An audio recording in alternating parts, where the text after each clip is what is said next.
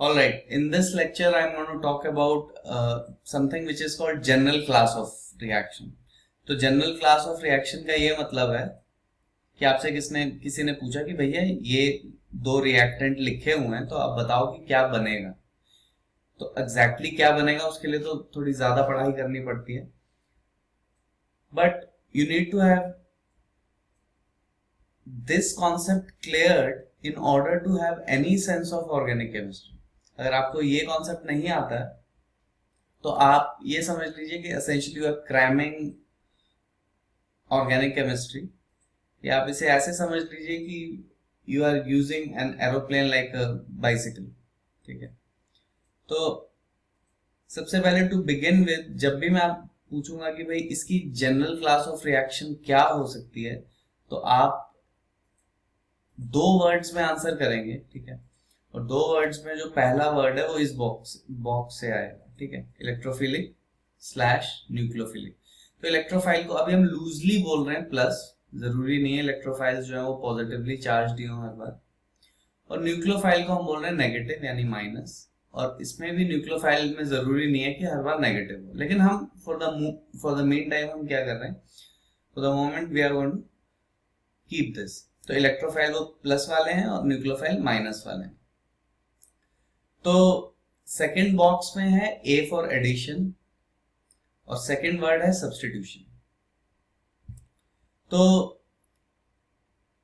अगर मैं आपसे पूछूं कि general class of a reaction for this compound क्या है, तो आपका आंसर क्या हो सकता है? या तो हो सकता है इलेक्ट्रोफिलिक एडिशन, जो कि ई ए बोल देंगे हम, या हो सकता है इलेक्ट्रोफिलिक सब्स्टिट्यूशन, या हो सकता है न्यूक्लियोफिलिक एडिशन और न्यूक्लियोफिलिक सब्स्टिट्यूशन। कुछ कुछ चतुर बच्चे और चतुर मास्टर रीअरेंजमेंट,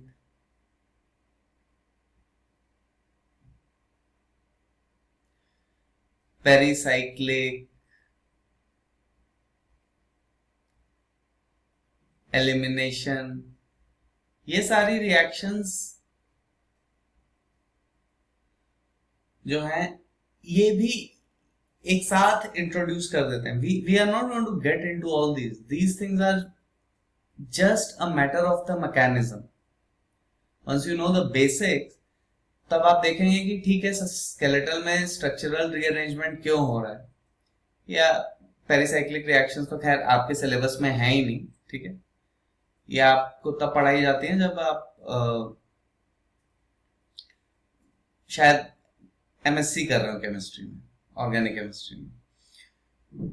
एक ही इंस्टेंस है जब डील्स-ऑल्डर रिएक्शन पूछा गया था, दैट वाज इन 1997 पेपर, जो कि फिर से हुआ था। ठीक है, तो उसके अलावा कभी भी पेरिसाइक्लिक नहीं पूछा गया है, and it is very least probable that they will ask you Diels Alder. हालांकि डील्स-ऑल्डर पढ़ाया जाता है, ठीक है, elementary. It's very nice reaction, ठीक है, and it's very powerful reaction also. ठीक है, तो डील्स एंड ऑल got a Nobel prize for that. Elimination is just opposite of addition, तो इसलिए हम एलिमिनेशन को यहाँ पे कंसिडर नहीं कर रहे हैं। तो फिर से आ रहे हैं हम लोग, जब भी मैं आपसे पूछूंगा कि भैया इस फंक्शनल ग्रुप का की जनरल क्लास ऑफ रिएक्शन क्या है, तो आपका जवाब होना चाहिए सर या तो इलेक्ट्रोफिलिक एडिशन है ई ए, या तो ई एस है इलेक्ट्रोफिलिक सब्स्टिट्यूशन, या तो न्यूक्लियोफिलिक एडिशन है या nucleophilic substitution. Again there are lot of mechanisms, but but, ठीक है, if you know this, it's like you know more than 50% and less than 65%, let's say. all right, next चीज ये है कि आपको ये पता होना चाहिए कि थ्री डायमेंशनल स्ट्रक्चर जो है वो रिएक्टिविटी को गवर्न करता है। It is the three dimensional structure of a molecule which is going to govern its reactivity. वो डिसाइड करेगा कि भाई जो मॉलिक्यूल है वो किस हिसाब से रिएक्ट करेगा। Alright, so 3D is important, और 3D से भी हेल्प मिलेगी। जैसे कि अभी आप देख सकते हैं हमने एल्कीन को ड्रॉ किया हुआ है, एक तो टॉप व्यू है, ठीक है, वहां पे हमें पाई क्लाउड वैसे नहीं दिखेगा, फिर हमने साइड व्यू बनाया हुआ, और 120 डिग्री के बॉन्ड एंगल्स हैं। तो अब हम पहले तो एल्कीन के स्ट्रक्चर को देखेंगे। अब एल्कीन में हम सबको पता है कि एक पाई क्लाउड है। पाई क्लाउड का ये मतलब है कि लूजली हेल्ड इलेक्ट्रॉन्स हैं, 2 इलेक्ट्रॉन्स है। Pi bond is a weak bond, सबको पता है। लूजली हेल्ड इलेक्ट्रॉन्स हैं। तो बेसिकली क्या है, जो एक एल्कीन है, और देखो दोनों ही कार्बन कार्बन है जिनके बीच में पाई बॉन्ड बना हुआ है, तो बेसिकली दोनों ही शेयर है, ठीक है। तो देयर इज इक्वल शेयरिंग, ये नहीं है कि किसी को ज्यादा शेयर मिल रहा है इलेक्ट्रॉन्स का। Alright, both of them are symmetrical, they have the same electronegativity. तो अगर हम so we are simply going to see कि होगा क्या। तो अगर कोई हमसे पूछे तो हम क्या बोलेंगे कि एल्कीन जो है वो नेगेटिवली चार्ज्ड है, ठीक है, क्योंकि सोर्स ऑफ इलेक्ट्रॉन है, जैसे कि अभी अभी हमने बोल दिया। तो अगर एल्कीन जो है वो नेगेटिवली चार्ज्ड है, तो इसके पास जो स्पीशीज आना पसंद करेंगी वो होंगी पॉजिटिव वाली, ठीक है। यहां तक सबको क्लियर होना चाहिए, क्योंकि opposite charges attract each other, ठीक है, ये बताने की जरूरत नहीं होनी चाहिए। तो अगर एल्कीन को, जैसे हमने देखा कि एक नेगेटिव चीज है, क्योंकि पाई क्लाउड है, सोर्स ऑफ इलेक्ट्रॉन है, लूजली हेल्ड इलेक्ट्रॉन्स हैं, तो ऑब्वियसली उसके पास क्या आना पसंद करेगा, anything which is positive, loosely term positive, यानी कि इसका मतलब है इसके पास आएगा इलेक्ट्रोफाइल। और जो नेक्स्ट चीज है, एडिशन या सब्स्टिट्यूशन में से डिसाइड होगा। देखिए फर्स्ट बॉक्स में से तो चीज डिसाइड हो चुकी है, इलेक्ट्रोफिलिक या न्यूक्लियोफिलिक, प्लस या माइनस में से डिसाइड हो गया। अब नेक्स्ट चीज है कि एडिशन होगी कि सब्स्टिट्यूशन होगी।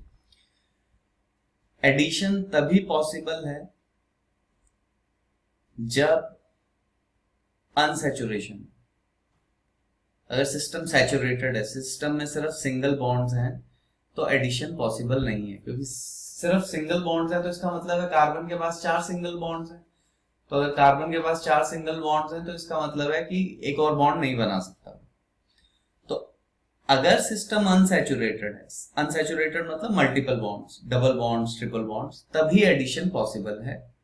इस केस में आप देख सकते हैं एल्कीन के केस में कि डबल बॉन्ड है, तो इसका मतलब है एडिशन या सब्स्टिट्यूशन में से क्या होगा, एडिशन अकर करेगी, इलेक्ट्रोफिलिक एडिशन। ठीक है भाई, ये क्लियर हो जाना चाहिए यहां तक। तो एल्कीन की जनरल क्लास ऑफ रिएक्शन क्या है, इलेक्ट्रोफिलिक एडिशन। तो इसका क्या मतलब हुआ कि अगर आपसे पूछे कि y और z रिएक्ट कर रहे हैं, तो एक प्लस होगा एक minus, y plus z minus, तो यानी आप क्या आंसर दोगे, आप बोलोगे कि C, ये एडिशन। भाई एडिशन का क्या मतलब हो जाएगा, ऐसे करके प्रोडक्ट बन गया। अब देख सकते हैं डबल बॉन्ड जो है टूट गया, ठीक है। और आप इसे बहुत ही कोई मैकेनिज्म या इस तरीके से एनालाइज करने की जरूरत नहीं है। कार्बन मैक्सिमम 4 लाइन बना सकता है, बॉन्ड भी बोलने की आपको उसे जरूरत नहीं है, 4 लाइनें कार्बन की होनी चाहिए। अगर कार्बन वाई से नई लाइन बना रहा है तो भैया कहीं ना कहीं से लाइन टूटनी पड़ेगी, और वो टूटेगी कहां से, डबल बॉन्ड वाले से। वो वीक बॉन्ड होता है, अगर आपको ज्यादा केमिस्ट्री पढ़नी है। अगर केमिस्ट्री नहीं पढ़नी है तो सीधे टॉपोग्राफी से दिख जाएगी, ठीक है भाई। तो ये प्रोडक्ट बना दोगे। अब इसमें इलेक्ट्रोफाइल न्यूक्लियोफाइल बदलते रहेंगे आपके, ठीक है। y प्लस जेड माइनस जो है वो क्या होते रहेंगे, चेंज होते रहेंगे। कभी H plus O H minus, B R plus B R minus, ठीक है, H प्लस H माइनस, इस तरीके से आप उन्हें विजुलाइज कर सकते हैं। तो आपकी जो है वो प्रोडक्ट्स अलग अलग आ जाएंगी। तो जनरल चीज क्या है, इलेक्ट्रोफिलिक एडिशन रिएक्शन। और जैसे आपको ये पता चल गया तो आपका वर्चुअली एल्कीन चैप्टर खत्म हो गया, क्योंकि अब आपको सिर्फ इलेक्ट्रोफाइल न्यूक्लियोफाइल पहचानने और वो जोड़ देने उनसे। अब वो कैसे जोड़ते हैं, ठीक है, उनमें कौन से रूल्स लगते हैं, that is again very detailed, और वो मोर और लेस आपको होगा थोड़ा बहुत idea, but just try to recognise the general scheme what we are trying to talk about here. तो एक तो फंक्शनल ग्रुप ये था एल्कीन का। नेक्स्ट हम क्या करते हैं, फंक्शनल ग्रुप हम कंसिडर करते हैं एल्काइन, सेकंड वाला, ठीक है भाई। ये एल्काइन यार, इसमें C triple bond, triple bond का मतलब हम सबको पता है कि जब भी 3 लाइन है तो 1 सिग्मा 2 पाई है। तो 2 पाई का ये वही मतलब हो गया, फिर से वही 2 पाई क्लाउड है, इलेक्ट्रॉन का सोर्स है, यानी ये खुद नेगेटिव है, यानी इसके पास प्लस वाले आएंगे, प्लस वालों को हम इलेक्ट्रोफाइल बोलते हैं। ये भी अनसैचुरेटेड है, इसमें भी एडिशन हो जाएगी। तो आपसे पूछे भाई इसे YZ से रिएक्ट कराया, तो पहले तो प्लस वाले को ढूंढो, फिर माइनस वाले को, और जोड़ दो। अब जोड़ोगे तो वहां से एक लाइन कम करनी पड़ेगी, क्योंकि कार्बन की 4 ही लाइनें हो सकती हैं, इसमें कहीं पे भी केमिस्ट्री नहीं है, ठीक है। अभी तक हम क्या कर रहे हैं, सिर्फ लाइंस के बेसिस पे, टोपोग्राफी के बेसिस पे ही हम क्या कर रहे हैं, प्रोडक्ट्स को डिसाइड कर लेते हैं। ठीक है भाई, तो एक ये हुआ और तो इसका भी यही हो गया। तो यहाँ पे 3 लाइन से 2 लाइन हो जाएगी हमारे पास। ऑलराइट,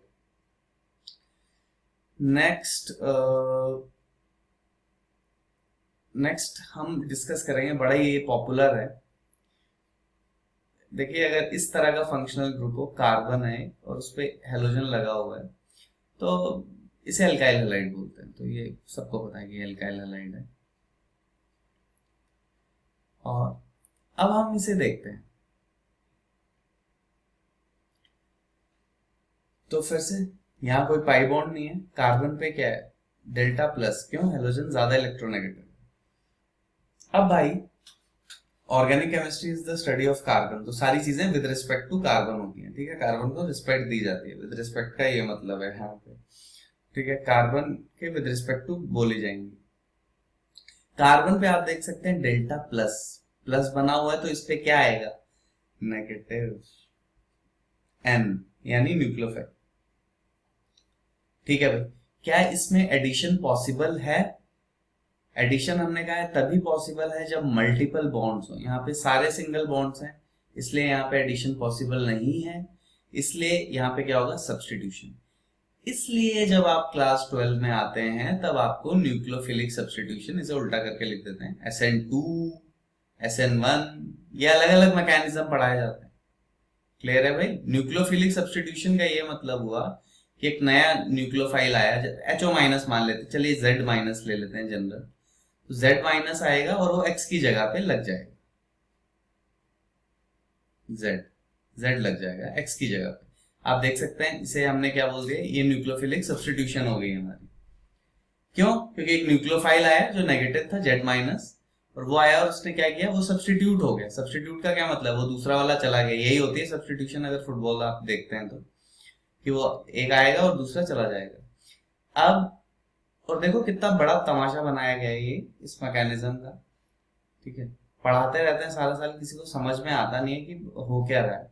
SN2 SN1 और इसमें अब SN2 और SN1 का क्या मतलब भाई, फिर से फुटबॉल फील्ड ही ले लेते हैं। ठीक है, अब सब्स्टिट्यूशन का क्या तरीका है, एक खिलाड़ी जैसे जैसे अंदर आ रहा है वैसे वैसे ही बी क्या है, बाहर वापस आ रहा है। तो एक तो ये हो गया, इसे ये साइमल्टेनियसली हो रहा है, जैसे जैसे ए अंदर जा रहा है वैसे वैसे बी बाहर आ रहा है, तो SN2 हो गया, इसमें दोनों इन्वॉल्व है। अब एक क्या है, पहले बी बाहर आएगा, फिर नेक्स्ट स्टेप में क्या होगा, ए अंदर जाएगा, तो ये SN1। ठीक है, तो यही पॉसिबल है, और कोई पॉसिबिलिटीज बनती नहीं। ठीक है, तो इसलिए आपको SN2 SN1 पढ़ाया जाता है। तो आपको, और that is again I said it is immaterial, आपको वो चीजें बहुत ही सिंप्लीफाइड हैं, पर पहले आप सिर्फ इसी को देख लें कि हो क्या रहा है। जैसे आपके पास कोई फंक्शनल ग्रुप आता है, आप उसको आइडेंटिफाई करके तुरंत बता देंगे कि क्या हो रहा है। ठीक है, उसके लिए हमने कहा है कि आप general class of reaction decide करेंगे उसकी, और वो 2 वर्ड्स में आप स्पेसिफाई करेंगे। 2 वर्ड्स क्या होंगे, फर्स्ट वर्ड, फर्स्ट बॉक्स है इलेक्ट्रोफिलिक प्लस या माइनस, उनमें से एक चूज करोगे, और फिर क्या होगा, दूसरे वाले से चूज करेंगे एडिशन या सब्स्टिट्यूशन। ऑलराइट, नेक्स्ट भैया ये एल्डिहाइड कीटोन है। ठीक है, मैं यहाँ पे R और R डैश लिख देता हूँ, R प्राइम H। ठीक है, तो अब भाई फिर से इसमें क्या होगा, यहाँ पे क्या है प्लस, यहाँ पे क्या है माइनस। ठीक है, तो कार्बन के विद रिस्पेक्ट टू बोला जाएगा, तो इसके पास क्या आना चाहेगा, माइनस वाला, यानी उसे क्या बोलते हैं हम, न्यूक्लियोफाइल नेगेटिव। तो इसके पास क्या आएगा, प्लस वाला।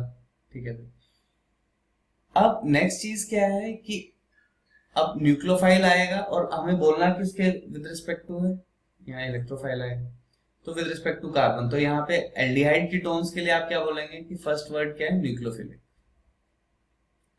नेक्स्ट चीज है, हमने कहा था कि हम क्या बोलते हैं, एडिशन या सब्स्टिट्यूशन में से अगर डबल बॉन्ड प्रेजेंट है तभी एडिशन जो है वो पॉसिबल है। डबल है ट्रिपल के केस में जब भी अनसैचुरेशन है बेसिकली तभी एडिशन पॉसिबल है। तो इस केस में जो हमारे पास होगा वो आएगा एडिशन, न्यूक्लियोफिलिक एडिशन। क्यों? क्योंकि it is, we can very clearly see it is unsaturated. Alright, तो एल्डिहाइड कीटोन्स के लिए अगर आपसे कोई कहे कि प्रोडक्ट लिखनी है तो आप क्या करेंगे? आर सी डबल बॉन्ड हो, आर डैश कुछ भी है, इसे आप ट्रीट कर रहे हैं y प्लस जेड माइनस से, तो आपके पास क्या आ जाएगी प्रोडक्ट? आर फिर से सी, ये तो ऐसे ही रहेगा और ये ब्रेक होना पड़ेगा क्योंकि नया बॉन्ड बन रहा है। और इस पे तो क्या जुड़ेगा जी? माइनस वाला। तो इस पे क्या जुड़ेगा? ये प्लस वाला। ठीक है, तो न्यूक्लियोफिलिक एडिशन के ये प्रोडक्ट बनेंगे।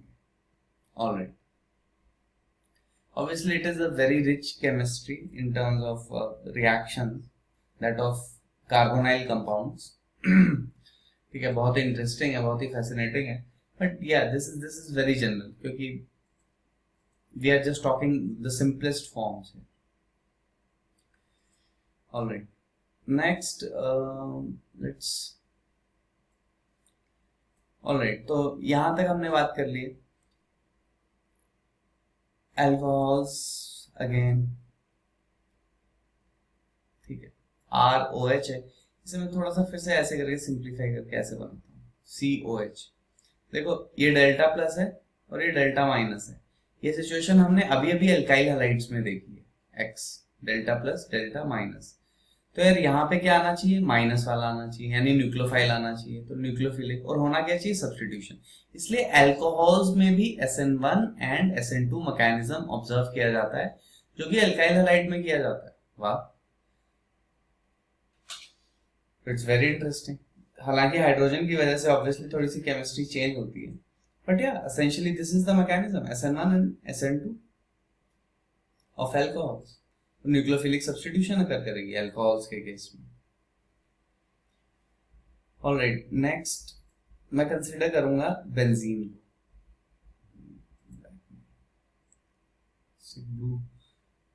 ठीक है भाई, बेंजीन को अब हमने कंसीडर की भाई, ये हमने कहा। अब यहाँ पे हम सबको पता है 3-3 पाई बॉन्ड है। हमने पता था कि एक पाई बॉन्ड है, सोर्स ऑफ इलेक्ट्रॉन है, ये सारे सोर्स ऑफ इलेक्ट्रॉन है, कहीं पे प्लस नहीं बनेगा क्योंकि ऑक्सीजन कहीं नहीं है जैसे एल्डिहाइड कीटोन के केस में। तो ये ऑब्वियसली नेगेटिवली चार्ज है बेंजीन, ठीक है, इलेक्ट्रॉन्स का सोर्स है। उसके पास क्या आएगा? प्लस वाला, उसको हम क्या बोलते हैं? इलेक्ट्रोफाइल। अब दूसरा वर्ड, ये ऑब्वियसली क्या है? अनसैचुरेटेड है, तो हम क्या प्रेडिक्ट करेंगे? एडिशन। तो यहाँ पे हम गलत प्रेडिक्ट कर रहे हैं और ये हमारी गलती नहीं है। हम थोड़ा सा देखते हैं कि अगर इलेक्ट्रोफिलिक एडिशन में प्रोडक्ट्स बनेंगे तब क्या होगा। मेरे पास है YZ, तो इलेक्ट्रोफिलिक एडिशन में अगर प्रोडक्ट्स बनेंगे तो प्रोडक्ट्स ये होंगे, एक पे Y लग गया, एक पे Z लग गया। This is electrophilic addition. यहाँ पे देखें एरोमेटिसिटी जो है वो ब्रोकन है। एरोमेटिसिटी क्या है? गायब हो चुकी है बेंजीन की, एरोमेटिसिटी गॉन।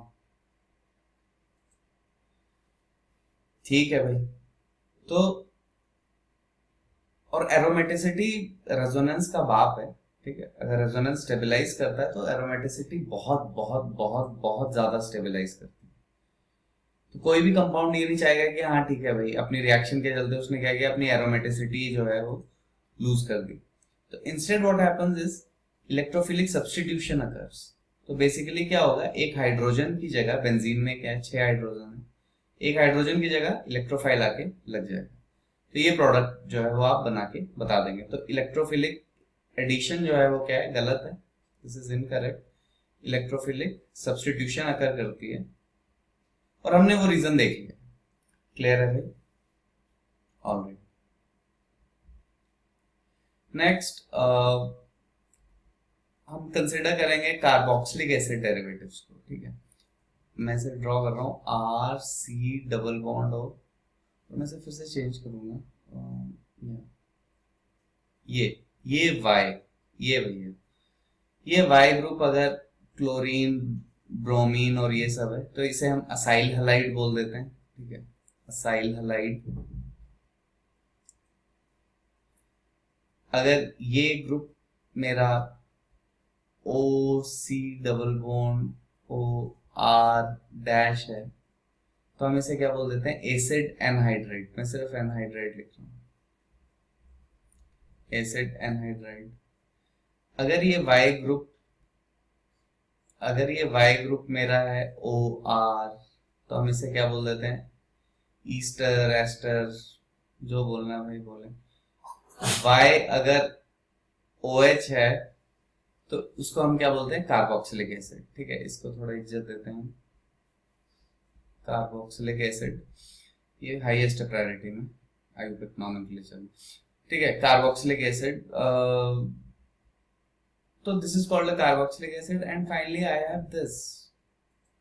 अगर ये NH2 है और NHR है, ठीक है, और NR2 है, ऑब्वियसली ये सारे एल्काइल ग्रुप हैं, NRR डैश बोल देते हैं। Then in this case it is called an amide. ठीक है भाई, ये सिचुएशन, ये सब आपस में भाई बंधु। ठीक है, तो अब अगर Y की जगह हाइड्रोजन या कोई एल्काइल ग्रुप है तो वो तो हमें पता है एल्डिहाइड कीटोन का केस है। लेकिन Y की जगह पे आप देखें ये हेट्रो आइटम है सारे, कोई भी हाइड्रोजन या वो एल्काइल ग्रुप नहीं है, कार्बन नहीं लगा हुआ, हेट्रो आइटम है। यानी इन सबके पास लोन पेयर्स अवेलेबल है, Cl Br OC double bond OR dash, जो एनहाइड्राइड के केस में OR एस्टर, तो ऑक्सीजन के पास लोन पेयर्स है, तो सबके पास क्या है, लोन पेयर्स अवेलेबल है। ठीक है भाई, इस केस में थोड़ा सा गौर फरमाएंगे कि कैसे मैकेनिज्म होगा। देखो, पहली चीज तो क्या है कि न्यूक्लियोफाइल आएगा जो कि Z माइनस है हमारा जनरलाइज, और ये आएगा तो पाई बॉन्ड टूटेगा। ये मैकेनिज्म ऐसे लिखा जाता है। अब मैकेनिज्म में आप देखें तो ये जो इंटरमीडिएट है इसे हम बोलते हैं टेट्राहेड्रल इंटरमीडिएट, क्योंकि कार्बन जो है उसकी हाइब्रिडाइजेशन चेंज हुई है sp2 से sp3 में। ये sp2 था पहले और बाद में क्या हो गया, sp3, तो इसे टेट्राहेड्रल इंटरमीडिएट बोलते हैं। ये बड़े शब्द हैं, जानने की जरूरत नहीं, but just look at the mechanism. तो this has to be the most logical step. क्यों? क्योंकि भैया हम विद रिस्पेक्ट टू कार्बन बात करते हैं और कार्बन पे प्लस आएगा, क्योंकि ऑक्सीजन जो है वो ज्यादा इलेक्ट्रोनेगेटिव है, तो इसलिए नेगेटिव वाला अटैक करेगा। ठीक है, इसमें भी कोई बड़े गुणगान नहीं है, पाई बॉन्ड वीक है, वो टूटेगा। अब इस कर्व्ड एरोज जो मैकेनिज्म वाले एरो हैं वो मैं ब्लू से ड्रॉ कर रहा हूँ। अब क्या होगा, ये टेट्राहेड्रल इंटरमीडिएट कोलैप्स करता है और जो वीक बेस है, वीक बेस क्या है, मान लिया वीक बेस है Y, यानी कि जो Z है अटैक कर रहा है वो स्ट्रॉन्ग है, तो वीक वाले को वो बाहर निकाल देता है और हमारे पास जो प्रोडक्ट आता है वो क्या आ जाएगा, RC डबल बॉन्ड Z। यानी क्या हुआ है, आप देखें यहाँ पे इस Y की जगह पे Z सब्स्टिट्यूट हो गया, तो इसे बोलते हैं है तो हमारे लिए क्या है, ये न्यूक्लियोफिलिक सब्स्टिट्यूशन, लेकिन हम इसे थोड़ा सा स्टाइल से क्या बोल देते हैं, न्यूक्लियोफिलिक असाइल सब्स्टिट्यूशन, क्योंकि ये असाइल कार्बन से बोला जाता है, असाइल सब्स्टिट्यूशन। ठीक है भाई, हम इसे क्या बोल देते हैं, न्यूक्लियोफिलिक असाइल सब्स्टिट्यूशन। तो बेसिकली क्या है, प्रोडक्ट कैसे बनाएंगे हम लोग, RC डबल बॉन्ड है, Y को हटके क्या लग जाएगा, Z, तो आप न्यूक्लियोफाइल आइडेंटिफाई करें और प्रोडक्ट बना दें। यानी चलिए R भी हटा देते हैं। मान लिया आपसे कोई ये पूछे कि इस रिएक्शन का प्रोडक्ट क्या है, तो आपको यहाँ पे Z माइनस आइडेंटिफाई करना और वो क्लोरीन की जगह पे हटा देना है। ठीक है भाई, क्लोरीन की जगह पे क्या लग जाएगा, Z माइनस, तो Z माइनस क्या है, OH माइनस, और आपका प्रोडक्ट क्या आ जाएगा, कार्बोक्सिलिक एसिड। तो आप देख सकते हैं कितना सिंपल। तो बेसिकली क्या होगा, आपका acyl halide, anhydride, ester, carboxylic acid, amide, nearly they are covered. तो अब आपके पास क्या पावर है, अब आपके पास ये पावर है कि you can simply look at the general class of the reaction just by looking at the functional group. फिर से थोड़ा सा रिकैप कर रहे हैं। सबसे पहले क्या हुआ भाई, सबसे पहले हमने कहा कि दो बॉक्सेस हैं जादू वाले, इलेक्ट्रोफिलिक, न्यूक्लियोफिलिक, एडिशन, सब्स्टिट्यूशन। ठीक है, और ये बाकी ये जो रीअरेंजमेंट, पेरिसाइक्लिक एलिमिनेशन है, ये इसलिए बताया जाता है कि बच्चे को कभी समझ में नहीं आए कुछ।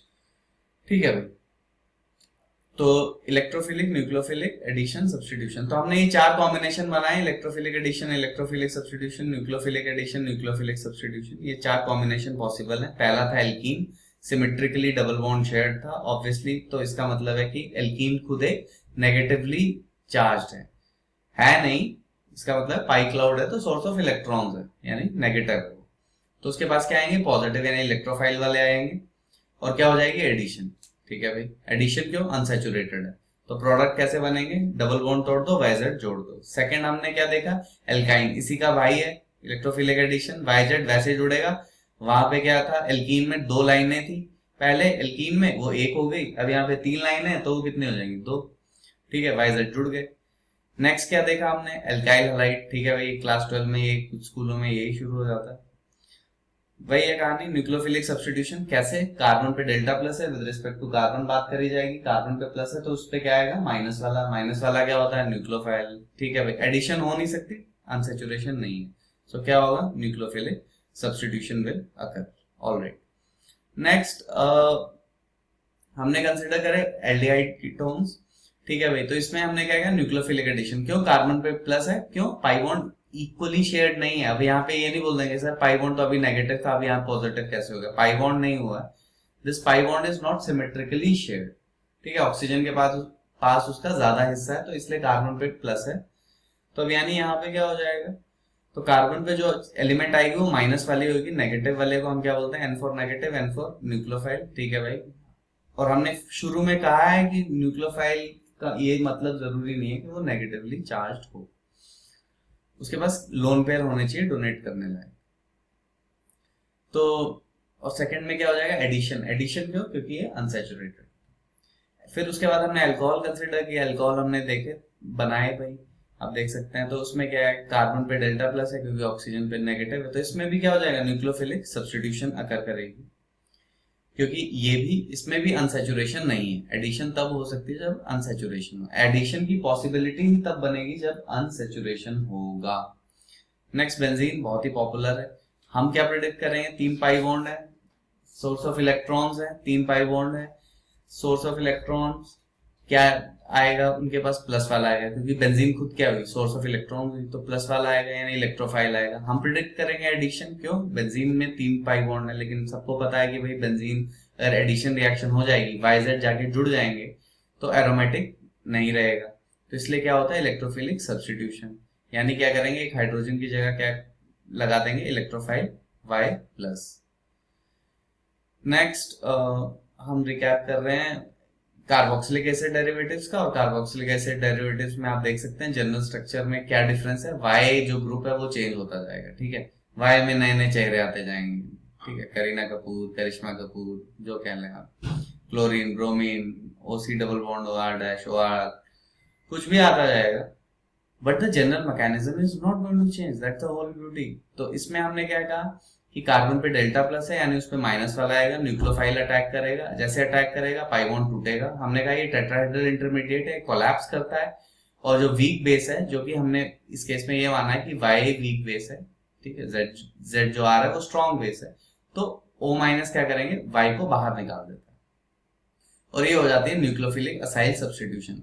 ऐसा इसलिए है क्योंकि एक ही कार्बन पे आप देख सकते हैं सब हेटेरो एटम है, ये Z, Y, ऑक्सीजन, इतने सारे लोन पेयर एक ही कार्बन के अराउंड बहुत ज्यादा रिपल्शन क्रिएट कर देते हैं। ठीक है, तो यहाँ पे क्या हो जाएगा, न्यूक्लियोफिलिक सब्स्टिट्यूशन, यानी आपको Y की जगह पे हटा के क्या लगाना है, नया Z माइनस लगाना है। तो जैसे आपने क्या Cl माइनस हटा के क्या लगा दिया, HO minus, as an example. Alright,